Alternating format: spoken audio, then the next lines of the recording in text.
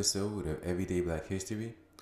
Now, today on Everyday Black History, we're going to be highlighting a brother by the name of Dr. Mark Dean.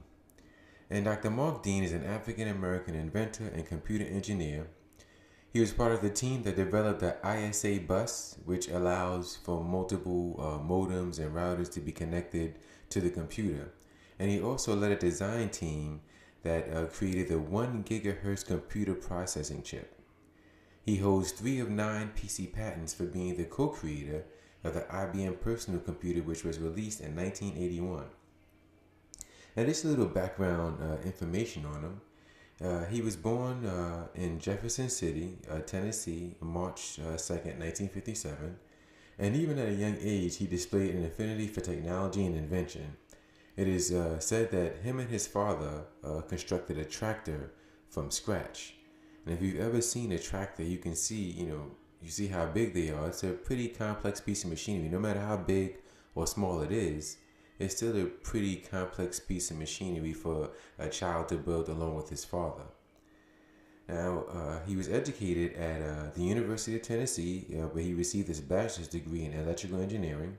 He received his master's degree in electrical engineering from Florida Atlantic University and a PhD in electrical engineering at Stanford University. He is the first African American to become an IBM Fellow, which is the highest level of technical excellence at the company. And in the late 90s, in 1997, he was inducted into the National Inventors Hall of Fame. Currently he's the interim dean at the Tickle College of Engineering and is the John Fisher Distinguished Professor in the Department of Electrical Engineering and Computer Science at the University of Tennessee. He was previously the CTO for IBM Middle East and Africa and was an IBM Vice President overseeing the company's Almaden Research Center in San Jose, California prior to that. He now holds more than 20 patents, and he was part of the team, as mentioned earlier, that developed the interior architecture, the ISA systems bus, which enables for multiple devices to be connected to personal computers.